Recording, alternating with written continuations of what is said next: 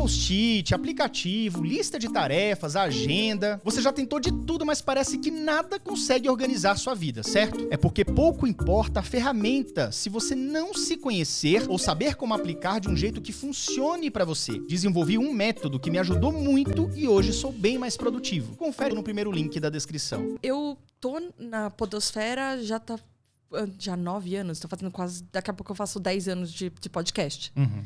Então, por isso que eu faço essa diferenciação de podcast, videocast e live, porque... Eu chamo podcast mim, porque...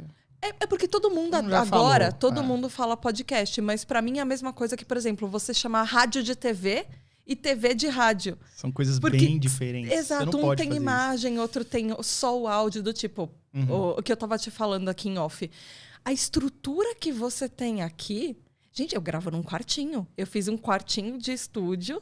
E meu namorado, ele tem o microfone dele, eu tenho o meu microfone, a gente tem os bracinhos, e a gente tem uma outra estrutura de microfone. Só que assim, é uma bancada, o computador dele, o meu computador, e eu gravo, a gente tem uma plaquinha na porta de gravando, eu acendo e fica a plaquinha vermelha gravando dentro do quarto, tudo fechado dentro do quarto.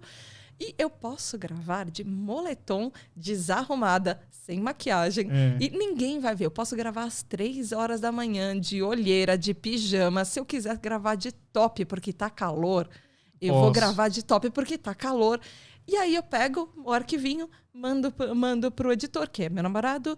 E aí ele pega no momento dele e ele edita quando ele tem o tempo dele. E a gente tem as agendas. E ele sabe quando sai o podcast, a gente conversa sobre isso, das datas. E eu faço... O meu trabalho é solitário, ele edita, o trabalho dele é solitário. Também, no tempo dele. E a estrutura que você tem com 2 câmeras, 3 câmeras e 2 microfones e 4 telas e o cenário e tudo... Eu não tenho a necessidade de ter uma estrutura visual... Porque você precisa se arrumar, por exemplo, para fazer. E já me falaram, faz vídeo, faz videozinho no Instagram, como, por exemplo, você faz um monte, ou grava no YouTube. Faz um videozinho no YouTube, vou falar sobre isso. Em vez de falar no podcast, você pode fazer um videozinho... Um vídeo no YouTube fala temático. Exato, e eu acho muito chato quando eu tô gravando, porque cada pauta da tribo tem entre 10 e...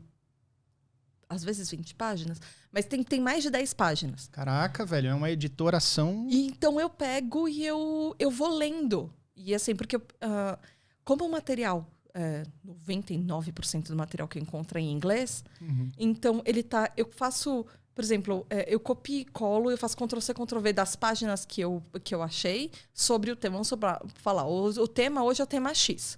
Então, a gente vai falar de TDAH e chimboquinha da esquina. E aí, eu pego tudo que eu encontrei na internet inteira e todos os estudos acadêmicos e todas as faculdades ou universidades ou estudos que foram publicados que falaram sobre a chimboquinha da esquina. E aí, todas as páginas de instituições internacionais ou qualquer coisa que foi falado sobre o tema. E aí eu vou fazendo, por exemplo, Ctrl-C, Ctrl-V, nesse tema. Aí, coloca a tua linguagem, a parada. Eu coloco a minha linguagem. Não, só que na hora eu não traduzo.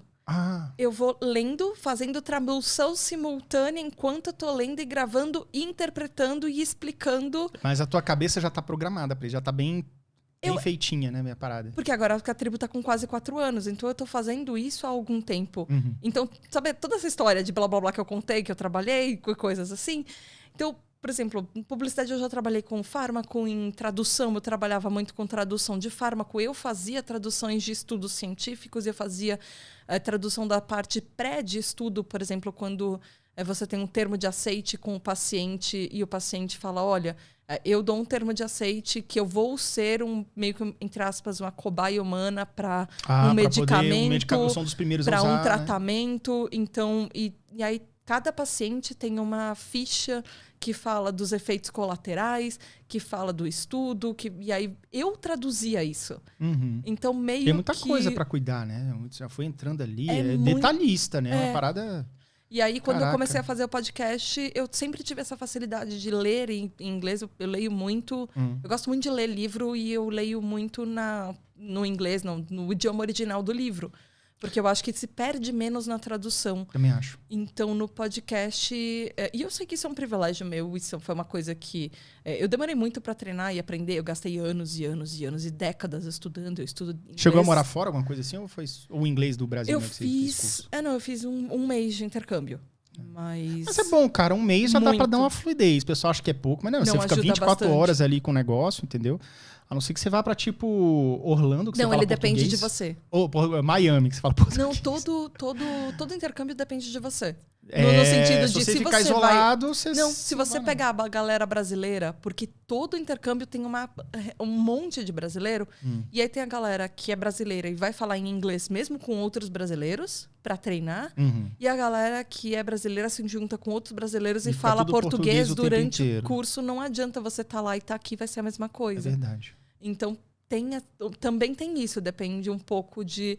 se você tem o privilégio, você consegue ter a oportunidade de ir e você precisa ver o que vai ser importante para você. Você vai fazer turismo?